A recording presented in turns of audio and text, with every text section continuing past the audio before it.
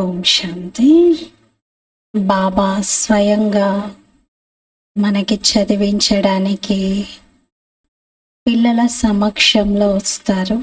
మనకి బాగా నశ ఉండాలి. స్వయం భగవంతుడే జ్ఞాన సాగరుడై నాకు చదివిస్తూ ఉన్నారు, జ్ఞాన సాగరుడే చదివిస్తున్నారు అనే నశ ఉండాలి. ఏదైతే జ్ఞానం మనం వింటున్నామో దీన్ని బాబా విచార సాగర మంతన చేయమన్నారు. ఎలా అయితే సాగర మంతన చేసినప్పుడు చాలా అమూల్యమైనటువంటి వస్తువులన్నీ బయటకు వచ్చాయి, అలాగే జ్ఞానాన్ని బాగా చింతన చేసినప్పుడు జ్ఞానం యొక్క లోతైన రహస్యాలు, జ్ఞానం యొక్క ఎసెన్స్ అంతా మనకి అనుభవంలోకి వస్తుంది. ఇది 25th మార్చ్ మురళి. मीठे बच्चे अंतर्मुखी बन विचार सागर मंथन करो तो खुशी और नशा रहेगा, तुम बाप समान टीचर बन जाएंगे. మధురమైన పిల్లలు అంతర్ముఖులుగా అయి విచార సాగర మంతన చేయండి, అప్పుడు సంతోషము నశ ఉంటుంది. మీరు బాబా సమానంగా టీచర్ అవుతారు.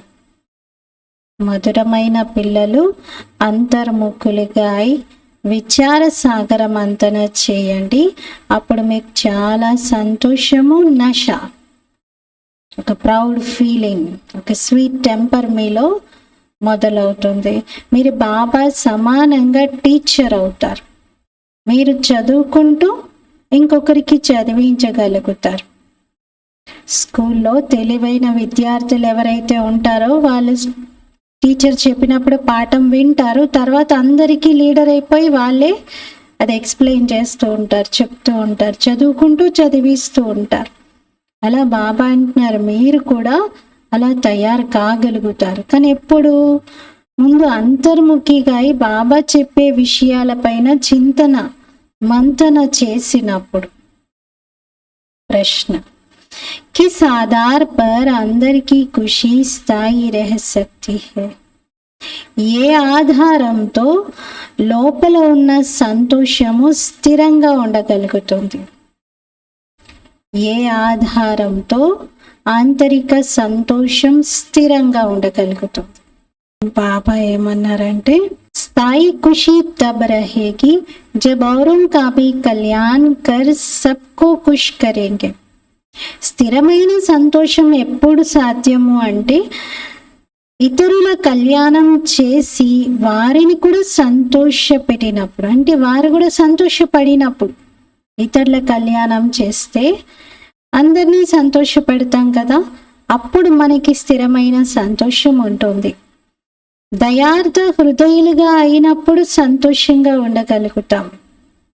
ఎవరైతే దయార్థ హృదయులుగా అవుతారో వారి బుద్ధిలో ఉంటుంది, ఓహో మేము సర్వ ఆత్మల యొక్క తండ్రి ద్వారా చదువుకుంటున్నాం, సర్వాత్మలకు తండ్రి మాకు చదివిస్తున్నారు, పావనంగా తయారు చేస్తున్నారు, మేము విశ్వానికి మహారాజుగా అవుతున్నాము అని.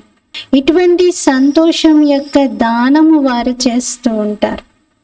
స్థిరమైన సంతోషము ఉండాలి అంటే సర్వుల కళ్యాణం చేయండి అంటున్నారు, అప్పుడు మీకు చాలా సంతోషం ఉంటుంది. దయార్థ హృదయులుగా కండి, ఇంకా సంతోషంగా ఉండగలుగుతారు. అయితే దయార్థ హృదయులు ఎలా ఉంటారో బాబా చెప్తున్నారు. వారి బుద్ధిలో ఓహో మేము సర్వాత్మల తండ్రి ద్వారా చదువుకుంటున్నాం, పావనంగా అవుతున్నాం, విశ్వ మహారాజుగా అవుతున్నాము అని ఈ సంతోషంతో వారు దానం చేస్తూ ఉంటారు. ओम शांति. रूहानी बाप रूहानी बच्चों से पूछते हैं. ఆత్మిక తండ్రి ఆత్మిక పిల్లలని ప్రశ్నిస్తున్నారు. పిల్లలు ఓం శాంతి అని ఎవరన్నారు? ఓం శాంతి అని? శివ్ బాబా అని పిల్లలు జవాబిచ్చారు. శివ్ బాబా అన్నారు. ఎందుకంటే పిల్లలకి తెలుసు కదా వీరే సర్వ ఆత్మలకు తండ్రి. కల్పకల్పము ఈ బ్రహ్మ రథంలో వచ్చి చదివిస్తారు. ఇప్పుడు శివబాబా అయితే చదివించేటువంటి టీచర్ రాగానే ఏం చెప్తారు? గుడ్ మార్నింగ్ అంటారు. పిల్లలు కూడా రెస్పాన్స్ ఇస్తారు, గుడ్ మార్నింగ్ అని. ఈ పిల్లలకి తెలుసు ఆత్మల తండ్రి పరమాత్మ గుడ్ మార్నింగ్ చెప్తున్నారు అని. లౌకిక రీతిలో గుడ్ మార్నింగ్ ఎంతో మంది చెప్తూ ఉంటారు, ఎంతో మందికి దారిలో గుడ్ మార్నింగ్ అని చెప్పుకుంటూ వెళ్తారు. ఇక్కడైతే అనంతమైన తండ్రి వారే స్వయంగా వచ్చి చదివిస్తున్నారు. పిల్లలందరికీ మొత్తం వృక్షం అంటే కల్ప వృక్షము మరియు డ్రామా యొక్క రహస్యమునంతా అర్థం చేయిస్తున్నారు. మీకు తెలుసు కదా, ఆత్మలందరూ కూడా పరంధామం నుండి క్రిందకు వచ్చారు. ఆత్మలందరికీ తండ్రి పరమాత్మ స్వయంగా కూడా ఇప్పుడు క్రిందకు వచ్చారు. ఆత్మలు ఎలాగో వచ్చాయి పాత్ర వహించడానికి, కానీ ఆత్మల తండ్రి పరమాత్మ కూడా వచ్చేసారు. ఈ నిశ్చయము రోజంతా బుద్ధిలో ఉండాలి. అనంతమైన తండ్రి మాకు చదివిస్తున్నారు, వారే మాకు టీచర్, గురువు, తండ్రి అని. ఉన్కో రచయితా భీ कहते हैं, వారిని రచయిత అని కూడా అంటారు. ఇది కూడా అర్థం చేసుకోవాలి. ఆత్మలను రచించడం అంటూ ఉండదు. బాబా అర్థం చేయిస్తారు, నేను బీజ రూపుడను. ఈ మనుష్య సృష్టి రూపీ వృక్షం యొక్క నాలెడ్జ్ అంతా నేను మీకు వినిపిస్తున్నాను. సివాయ్ బీజ్కి ఈ నాలెడ్జ్ కౌన్ దే? మరి బీజం లేకుండా ఈ జ్ఞానం ఎవరివ్వగలుగుతారు? బీజం శివబాబా కదా, వారు లేకుండా జ్ఞానం ఎవరైనా ఇవ్వగలుగుతారా? ఇవ్వలేరు. వృక్షం తనని తాను అలా రచించుకుంది అంటారా? బీజం లేకుండా వృక్షం వెలువడుతుందా? లేదు. ఇదైతే అనాది రచన ఉంది. బాబాను జ్ఞాన సాగరుడు అంటారు, అన్నీ తెలిసిన వాడు అంటారు. అనగా వృక్షం యొక్క ఆది మధ్యాంత రహస్యాన్ని తెలుపుతున్నారు.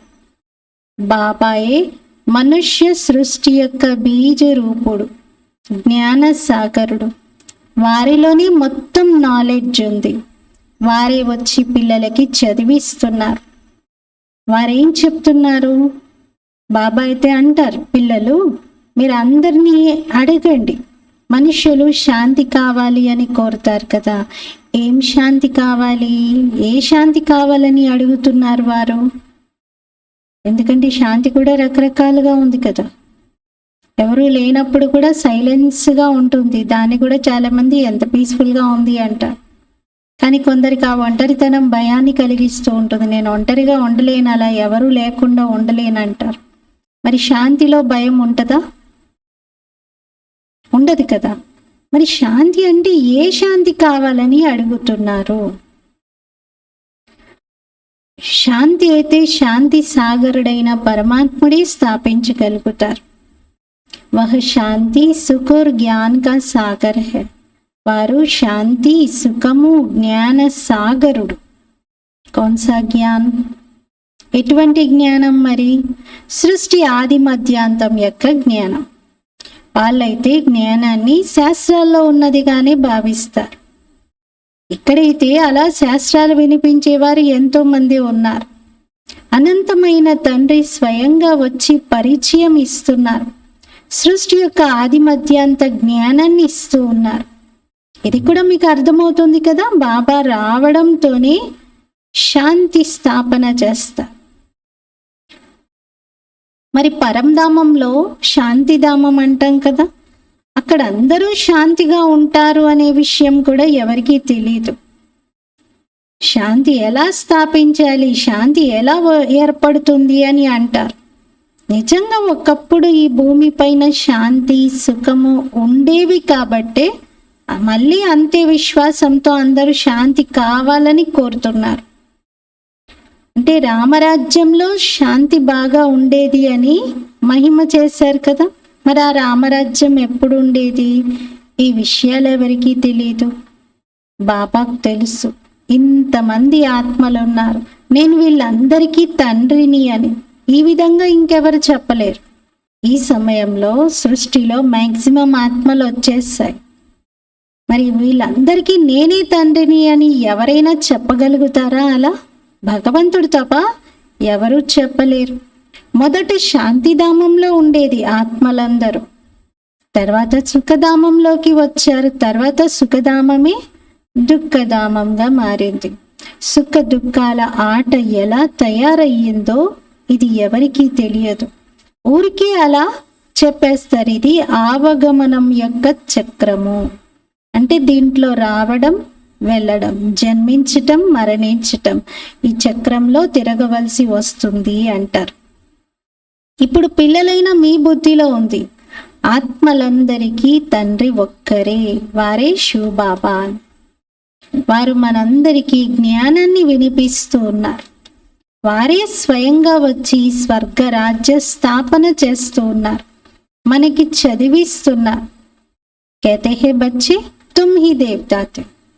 బాబా అంటారు, పిల్లలు మీరే దేవతలుగా ఉండేవారు.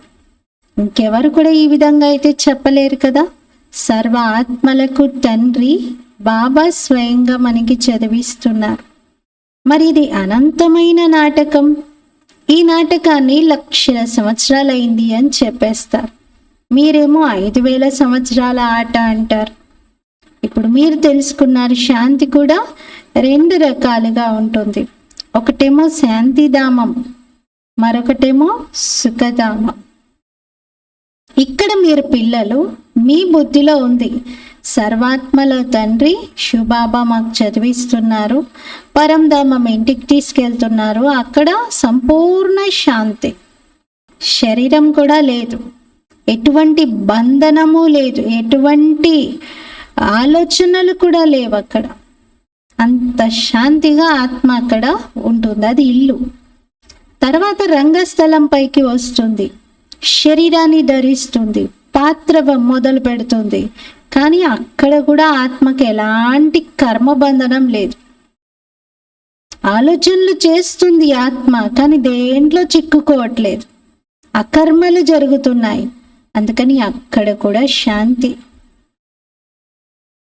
పరంధామంలో సంపూర్ణ శాంతి, సత్యయుగంలో సుఖ శాంతులు 2 ఉన్నాయి. ఇలా 2 రకాలుగా మీరు పొందుతారు. ఈ విషయాలు ఎక్కడ శాస్త్రాల్లో లేవు అంటున్నారు. అనంతమైన తండ్రి వినిపిస్తున్నారు. అన్ని ధర్మాల వారు వారిని అల్లా, గాడ్ ఫాదర్, ప్రభు, ఈశ్వర్, యెహోవా అంటూ సంబోధిస్తున్నారు. మరి భగవంతుని అంతగా అన్ని పేర్లు పెట్టి సంబోధిస్తున్నారంటే ఆ భగవంతుడు చదివించే చదువు కూడా అంతే ఉన్నతంగా ఉంటుంది అని అర్థం. మరి మొత్తం విషయాలు మీ లోపల ఉండాలి. బాబా అర్థం చేసినారు, మీరు కొత్త విషయాలను వింటున్నారు, కొత్త రకంగా చదువుకుంటున్నారు. మీరు ఇతరులకు కూడా చదివించండి. భక్తి మార్గంలో దేవీలకు చాలా మహిమ జరిగింది. వాస్తవంగా ఈ బ్రహ్మ అందరికీ పెద్ద తల్లి.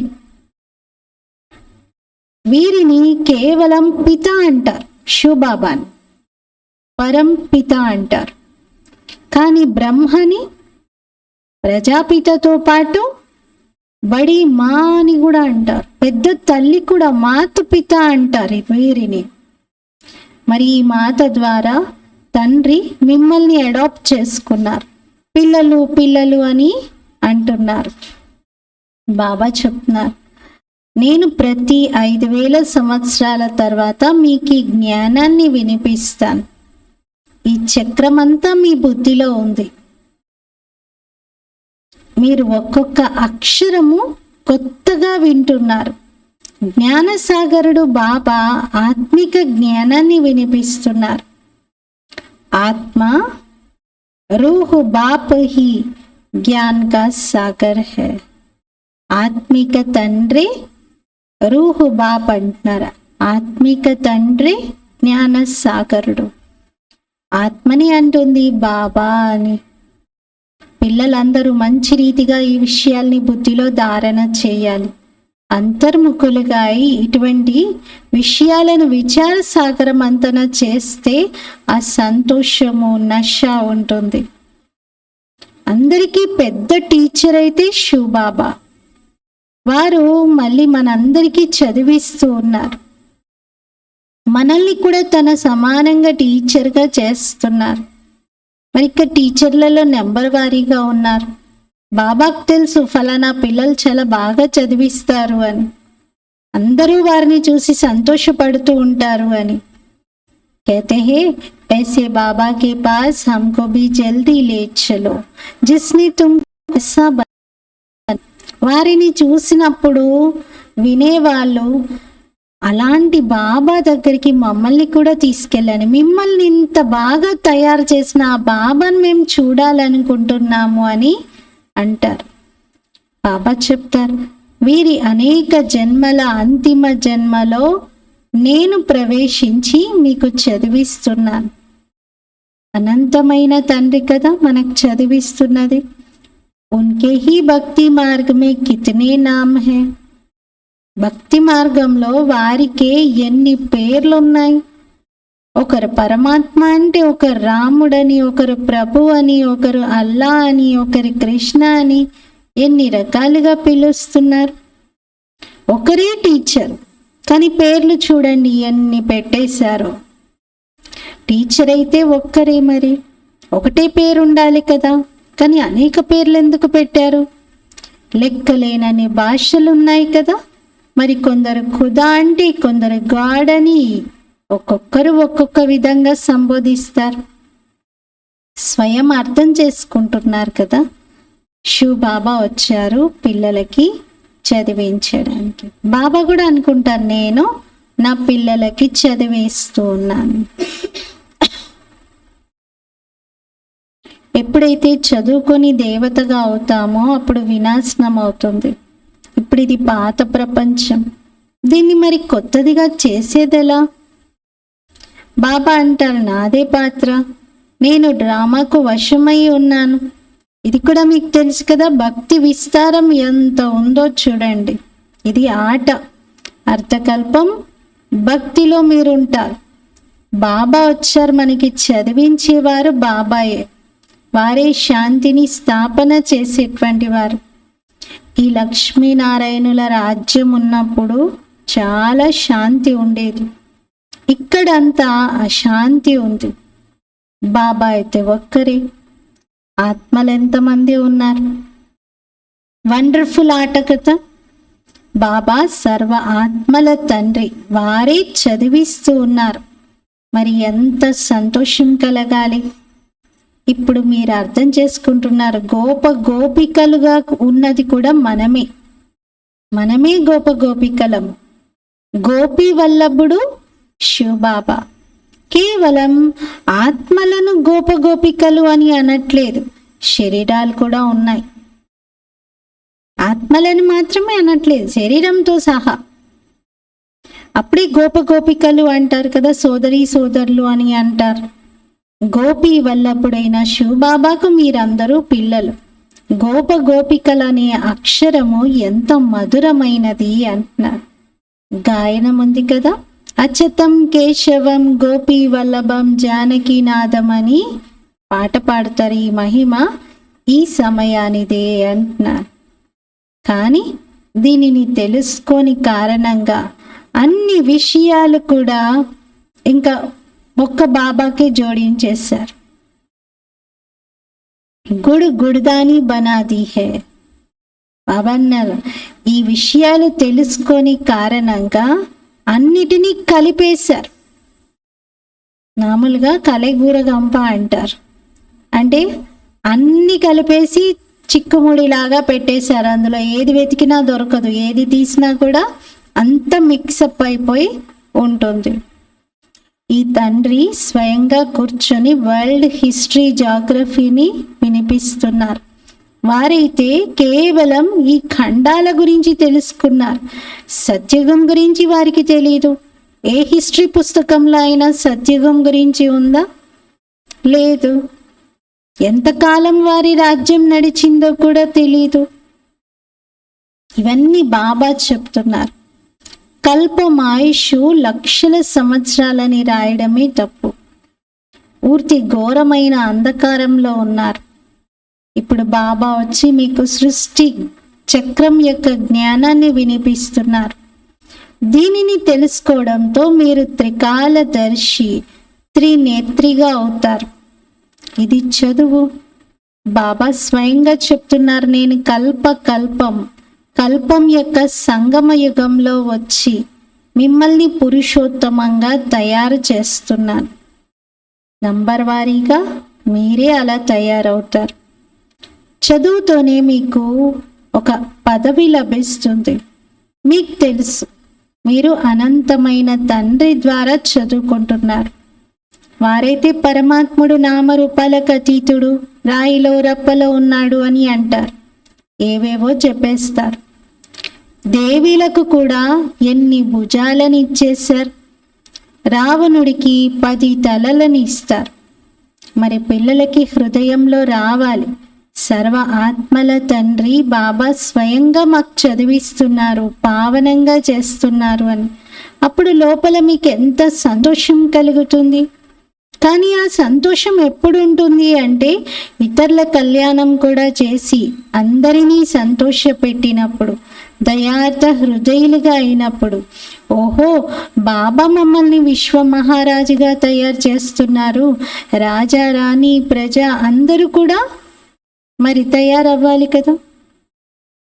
అందరూ తయారవుతూ ఉన్నారు. అందరూ అక్కడ విశ్వానికి యజమానిగానే పిలువబడతారు. ప్రతి ఒక్కరు కూడా నేను విశ్వానికి యజమాని అని అంటారు. అంటే అందరికీ ఇది నాది అనే అధికారం ఉంటుంది. ఇప్పుడు మనం ప్లెడ్జ్లో ఏం చెప్తాం? భారతదేశం నా మాతృభూమి. నా అంటారా మా అంటారా? అక్కడ మై కంట్రీ అంటారు కదా. మేరా భారత్ మహాన్ అంటారు. హమారా అని కూడా అన్నారు. మేరా అంటే ఎవరిది వారికి ఫుల్ రైట్ ఉంది నా అని అనడానికి. అలా బాబా అంటున్నారు, అక్కడ అందరూ విశ్వానికి యజమానియే. అక్కడ వజీర్లు అయితే ఉండరు, మంత్రులు ఉండరు, మంత్రి మండలి ఉండదు. అక్కడ రాజులే ఉంటారు. ఇక్కడేమో మంత్రులు లేరు, రాజులు లేరు. అక్కడేమో రాజు ఉంటారు, మంత్రులు ఉండరు. ఇక్కడేమో రాజు లేడు, మంత్రులే మంత్రులు. అందరూ మంత్రులే. ప్రధాన మంత్రి ఒకరు, ముఖ్యమంత్రి ఒకరు, కేంద్ర మంత్రి, అందరూ మంత్రులే. ఒక్కొక్క డిపార్ట్మెంట్కి మంత్రి. ఇప్పుడైతే ప్రజల పైన ప్రజల రాజ్యం ఉంది. గడియ గడియ బుద్ధిలో ఈ విషయాలు రావాలి. అనంతమైన తండ్రి స్వయంగా మాకు చదివిస్తూ ఉన్నారు. ఏం చదివిస్తున్నారు మరి? ఏం చదివిస్తున్నారు బాబా? ఎవరైతే ఈ జ్ఞానాన్ని మంచి రీతిగా చదువుకుంటున్నారో, ధారణ చేస్తున్నారో వాళ్ళకు అర్థమవుతుంది, బాబా చదివించి చదువుతూ నేను విశ్వాధిపతిగా అవుతున్నాను. ఎంత గొప్ప పదవి నాకు దొరుకుతుంది. ఆర్డినరీ చదువు కాదు ఇది. ఇంకే చదువుకి ఇంత గొప్ప హోదా దొరకదు. చూడండి, ఇక్కడ మన భారతదేశంలో అన్నింటికంటే టాప్ చదువు ఏవి? అన్నింటికంటే హయ్యెస్ట్ పదవి, చదువుతో పొందగలిగే హయ్యెస్ట్ పదవి ఏంటి? ఒక ఐఏఎస్ ఆఫీసర్. కానీ వాళ్ళు కూడా ఇంకొకరి క్రింద పనిచేయాలి. వాళ్ళే టాప్ ఏం కాదు. మళ్ళీ టాప్ చదువుకుంటే వచ్చే టైటిల్ ఐఏఎస్. ఆ నెంబర్ 1 ఆల్ ఇండియా ర్యాంక్ 1 వచ్చినటువంటి వాళ్ళు కూడా ఒకరి క్రింద పనిచేయాలి. ఆ తర్వాత ఎంత ప్రమోషన్స్ వచ్చినా కూడా మళ్ళీ ఒకరి క్రింద పనిచేయడం అని అంటారు కదా. వాళ్ళే టాప్ అథారిటీ అయితే కాదు కదా. మరి ఇక్కడ అలాంటి చదువులే లేనట్టు, టాప్ అథారిటీగా చేసే చదువే లేనట్టు ఈ ప్రపంచంలో. కానీ శివబాబా ఎలాంటి చదువు చదివిస్తున్నారంటే దీంతో మీరే విశ్వానికి యజమానిగా అవుతారు. ఇంకెవరి క్రింద పనిచేసే అవసరం ఉండదు. లక్ష్మీనారాయణలను చూడండి, ఎంత షావుకారులుగా అవుతున్నారు. ఏం చేసి ఉంటారు వారు గతంలో? భక్తి మార్గంలో అయితే చాలా మంది షావుకారులు ఉన్నారు అనుకుంటారు. వీళ్ళు చాలా పుణ్యకర్మలు చేసుకున్నట్టున్నారు, అందుకే ఇంత షావుకారులుగా పుట్టారు, ఏ జన్మలో చేసుకున్న పుణ్యమో వీళ్ళది అని చూసి అనుకుంటారు. ఇక్కడ ఎవరైతే ఈశ్వరార్థం అంటూ దాన పుణ్యం చేస్తారో వారు అర్థం చేసుకుంటారు, భగవంతుడు నేను దానం చేసిన దానికి రిటర్న్లో నాకు అన్నీ ఇస్తాడు అని. నెక్స్ట్ జన్మలో నేను షావుకారుగా అయిపోతాను అనుకుంటారు. కానీ వారు ఇండైరెక్ట్గా చేస్తున్నారు అదంతా. అర్థకల్పం కొరకు వాళ్ళకేమీ లభించదు, అల్పకాలికంగా లభిస్తుంది. మనకు అర్ధకల్పం కోసం లభిస్తుంది. ఇప్పుడు మనం చేసింది 21 జన్మలు, అర్ధకల్పం పొందుతాం. వాళ్ళేమో అల్పకాలికంగా పొందుతారు. ఇప్పుడు బాబా డైరెక్ట్గా వచ్చారు. మనం బాబాని జ్ఞాపకం చేస్తున్నాం, వచ్చి పావనంగా చేయండి అంటున్నాం. ఈ జ్ఞానము లక్ష్మీనారాయణులుగా తయారు చేస్తుంది. బాబా ఈ జ్ఞానం ఇచ్చి ऐसे नहीं कहेंगे कि ये नॉलेज दे, ऐसा लक्ष्मी नारायण हमको बनाओ. मनुष्यों की बुद्धि में तो श्री कृष्ण ही याद आता है. మనుషులు భగవంతుని జ్ఞాపకం చేసి పావనంగా చెయ్యండి అని పిలుస్తున్నారు తప్ప మాకు జ్ఞానం ఇచ్చి లక్ష్మీనారాయణులుగా చెయ్యండి అని మాత్రం అడగట్లేదు. అసలు అలా వారికి ఆలోచనే తట్టదు అంటున్నారు. ఎందుకంటే వారి మనస్సులో కృష్ణుడే గుర్తొస్తారు. తండ్రిని తెలుసుకోని కారణంగా ఎంత దుఃఖితులుగా అయిపోయారు. ఇప్పుడు బాబా మనల్ని దైవీ సాంప్రదాయం వారిగా తయారు చేస్తూ ఉన్నారు. మీరు శాంతిధామానికి వెళ్ళి తర్వాత సుఖధామానికి వస్తారు. మరి బాబా ఎంత మంచి రీతిగా ఈ విషయాల్ని అర్థం చేయిస్తున్నారు. బల్ సున్తే హే పరంతు జేసికి సున్తే హీ నహీ హై. కొందరు పిల్లలు వింటున్నారు జ్ఞానం, కానీ విని మళ్ళీ ఏమీ విననట్లుగానే ఉంటున్నారు. రాతి బుద్ధి లాంటి వారు, పారసబుద్ధిగా కానే కారు. రోజంతా బాబా బాబా అని మీకు గుర్తుండాలి. స్త్రీకి పతి ఎంత గుర్తొస్తాడో, పతి వెనుక ప్రాణమైనా అర్పిస్తుంది. మరి స్త్రీకి పతి పైన చాలా ప్రేమ ఉంటుంది కదా. ఇక్కడ కూడా మీరందరూ బాబా పిల్లలు, మీకు కూడా బాబా అంటే అంత ప్రేమ ఉండాలి. కానీ ఇక్కడ నంబర్ వారీగా ఉన్నారు. మీకు తెలుసు కదా, అనంతమైన తండ్రి వారిని గడియ గడియ మరిచిపోతున్నారు. బాబా అంటారు, నన్ను జ్ఞాపకం చేయండి, అప్పుడు వికర్మలు వినాశనం అవుతాయి. అయినా మర్చిపోతారు. అరే, ఇటువంటి తండ్రి విశ్వానికి యజమానిగా చేస్తున్నారు, వారిని మీరు మరిచిపోవడమా? బాబా అంటున్నారు, అసలు ఎలా మర్చిపోగలుగుతున్నారు? ఇంతగా చెప్పినా కూడా మర్చిపోతున్నామంటారు. మాయా తుఫాన్లు వస్తే మీరు ప్రయత్నించాలి బాబాని జ్ఞాపకం చేసేందుకు. అంతేకాని మాయ వచ్చేసిందని చెప్పి ఇంకా బాబాని మర్చిపోయి అలాగే ఉండిపోవడం కాదు. బాబాని జ్ఞాపకం చేస్తే వారసత్వం లభిస్తుంది. స్వర్గవాసి దేవతలుగా అయితే అందరూ తయారవుతారు. ఇక కొందరేమో శిక్షలు పొంది తయారవుతారు. శిక్షలు పొంది కూడా వెళ్తారు కదా, కానీ అప్పుడు పదవి తగ్గిపోతుంది. ఇవన్నీ కొత్త విషయాలు. ఈ కొత్త విషయాలు మీకు స్మరణలో ఎప్పుడు వస్తాయి అంటే మీరు తండ్రిని, టీచర్ని జ్ఞాపకం చేసినప్పుడు. మీరు టీచర్ని మర్చిపోతున్నారు. బాబా చెప్తున్నారు, ఎప్పటి వరకు నేను ఇక్కడ ఉంటానో, వినాశనం అవ్వదో, ఈ జ్ఞాన యజ్ఞంలో అన్నీ సంపూర్ణంగా స్వాహ అవ్వవో, అప్పటి వరకు నేను మీకు చదివిస్తూనే ఉంటాను. అప్పటి వరకు మనం చదువుకోవాలి. మీరేమంటారు? మీరంతా చదివించేశారు కదా బాబా, ఇంకేం చదివిస్తారు, ఇంకేముంటుంది, అంతా అయిపోయింది కదా అని. బాబా చెప్తారు, పిల్లలు కొత్త కొత్త పాయింట్స్ వెలువడుతూ ఉంటాయి.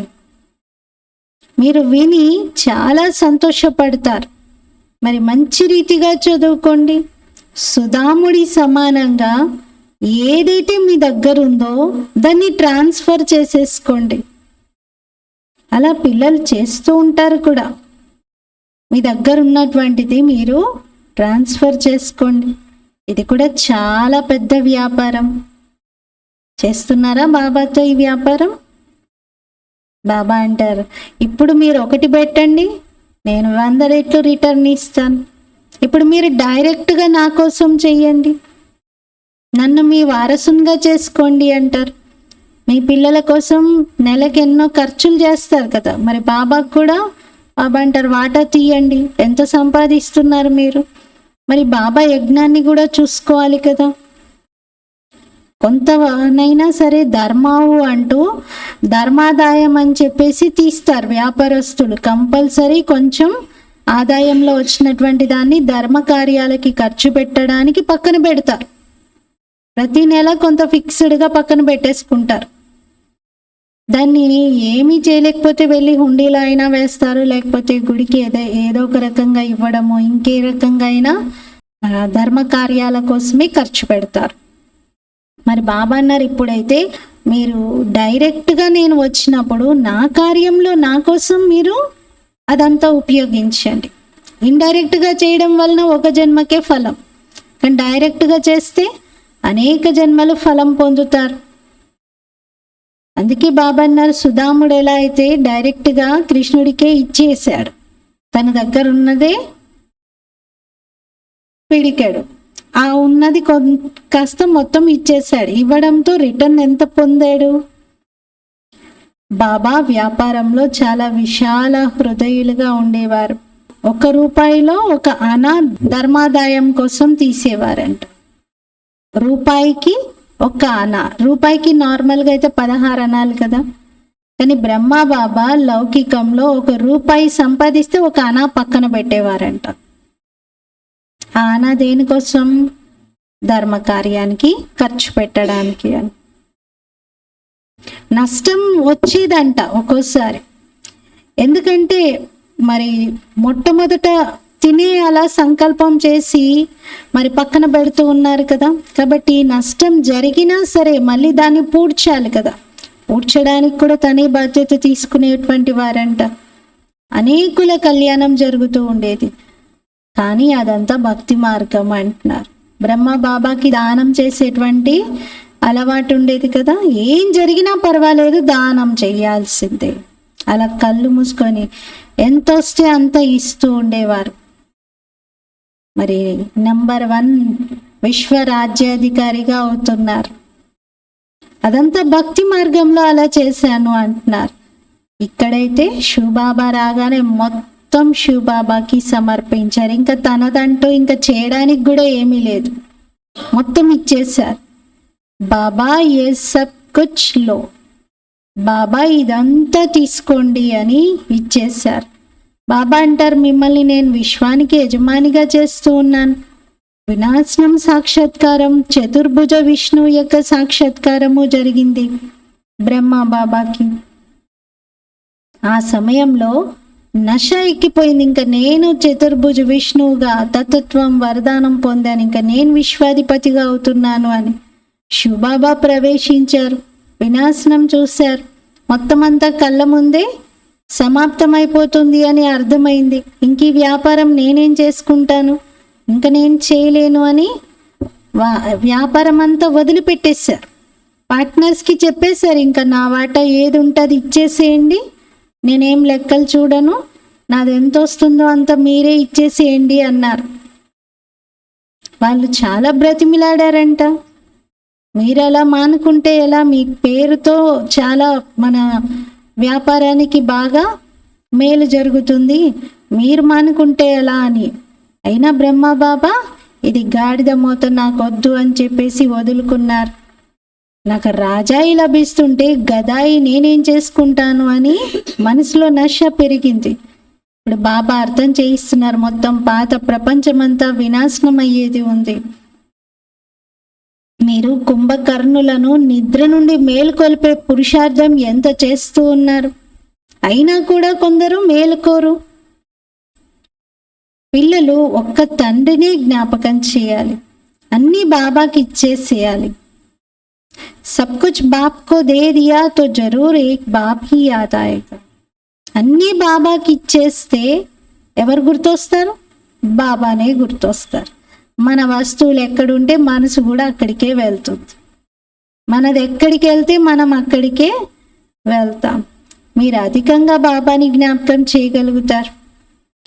ఎవరి తలపైనైతే బాగా బాధ్యతలు ఉంటాయో వాళ్ళు బాబాని జ్ఞాపకం చేయడం ఇబ్బంది అవుతుంది.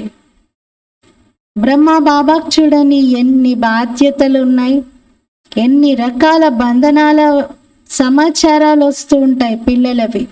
బాబాకు ఆలోచన కలుగుతుంది, పాపం వాళ్ళు దెబ్బలు తింటూ ఉన్నారు, పతి ఎంత ఇబ్బంది పెడుతూ ఉన్నారు అనుకుంటారు. ఇంకా డ్రామాలో ఉంది, మనం ఏం చేయగలుగుతాము, వాళ్ళ పాత్ర అలా ఉంది అని. కల్పక్రితం కూడా అబలల పైన అత్యాచారాలు జరిగాయి.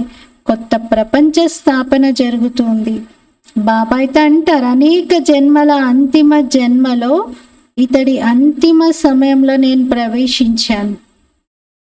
మరి మొదట ఎలా అయితే ఆత్మ తెల్లగా ఉండేదో అలా బాబా నల్లగా ఉన్న ఆత్మను తెల్లగా చేస్తూ ఉన్నారు. నేనే మొదటి నంబర్లోకి వెళ్తాను అని బ్రహ్మ బాబాకు కూడా నశ ఎక్కింది. నేను వెళ్ళి శ్రీకృష్ణుడిగా అవుతాను. ఈ చిత్రాన్ని చూస్తే ఆలోచన కలుగుతుంది, నేను ఇలా తయారవుతున్నాను అని. బాబా అయితే అలా పాకుతూ ఉన్న కృష్ణుడిలాగా యాక్షన్ కూడా చేసేవారంట. అంటే నశ అలా. బాబాకి ఆ సంతోషం, నేను ఇంకా చిన్న బాలుడిగా అయిపోతాను, ఇలా అంబాడేటువంటి కృష్ణుడిగా అవుతాను అని నశ ఎక్కిపోయింది. మరి బాబా పిల్లలకు మంచి రీతిగా అర్థం చేయిస్తున్నారు. పిల్లలు, మీ కర్తవ్యం ఏమిటి? ఇతరులకి అర్థం చేయించడం. अच्छा, मीठे मीठे सिकिलते बच्चों प्रति माता पिता बाप दादा का याद प्यार और गुड मॉर्निंग। रूहानी बाप की रूहानी बच्चों को नमस्ते। हम रूहानी बच्चों की रूहानी बाप दादा को याद प्यार, गुड मॉर्निंग और नमस्ते। मेरा बाबा, मीठा बाबा, प्यारा बाबा, शुक्रिया बाबा। ధారణ కోసం ముఖ్య సారము. ఫస్ట్ పాయింట్, మేము గోపీ వల్లభుని యొక్క గోప గోపికలము. ఇదే సంతోషము నశాలో ఉండాలి. మేము గోపీ వల్లభుని యొక్క గోప గోపికలము అని ఇదే సంతోషము నశాలో ఉండాలి. అంతర్ముఖులుగా అయి విచార సాగర మంతన చేసి తండ్రి సమానంగా టీచర్ అవ్వాలి. అంతర్ముఖులుగా అయి విచార సాగర మంతన చేసి తండ్రి సమానంగా టీచర్గా అవ్వాలి. సెకండ్ పాయింట్, సుధాముడి సమానంగా తనదంతా ట్రాన్స్ఫర్ చేసుకొని చదువు కూడా మంచి రీతిగా చదువుకోవాలి. సుధాముని సమానంగా తన దగ్గర ఉన్నదంతా ట్రాన్స్ఫర్ చేసుకోవడంతో పాటుగా చదువు కూడా మంచిగా చదువుకోవాలి. వినాశనానికి ముందే బాబా నుండి పూర్తి వారసత్వం తీసుకోవాలి. కుంభకర్ణులను నిద్ర నుండి మేల్కొల్పాలి. అజ్ఞాన నిద్ర నుండి మేల్కొల్పాలి. वरदान, मधुरता के गुण द्वारा संस्कार मिलन करते हुए मंगल मिलन मनाने वाले होली हंस भव। మధురత అనే గుణము ద్వారా సంస్కార మిలనము చేసుకుంటూ మంగళ మిలనము జరుపుకునేటువంటి హోలీ హంస భవ. హోలీ పండగ సందర్భంగా బాబా ఈరోజు హోలీ హంస భవ అని వరదానం ఇస్తున్నారు. మధురత గుణంతో, సంస్కార మిలనంతో, మంగళ మిలనం. ఎందుకంటే హోలీ పండుగ రోజు ఏమేం చేస్తారో అవే చెప్తున్నారు బాబా. వివరణ, ఏ విధంగా హోలీ పండుగ రోజున రంగులతో ఆడుకుంటారు, ఒకరికొకరు నోరు తీయగా చేసుకుంటారు, మంగళ మిలనం జరుపుకుంటారు, అందరు ఆలింగనం చేసుకొని ఒకరికొకరు కలుసుకుంటారు.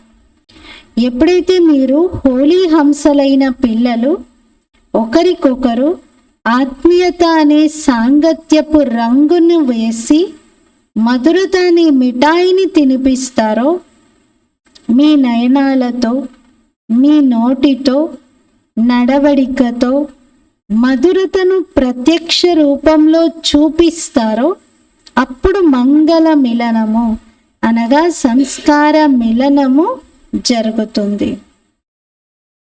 పరస్పరంలో సంస్కార మిలనం చేసుకోవటమే ప్రత్యక్షతకు ఆధారం. దీనితోనే జయ జయకారాలు జరుగుతాయి. బాబా ఏం చెప్తున్నారంటే, మీ నయనాలతో, మీ నోటితో, నడవడికతో మధురతను పంచండి. ఏం రంగులు వేయాలి అందరిపైన? బాబా సాంగత్యం అనే రంగు వేయాలి.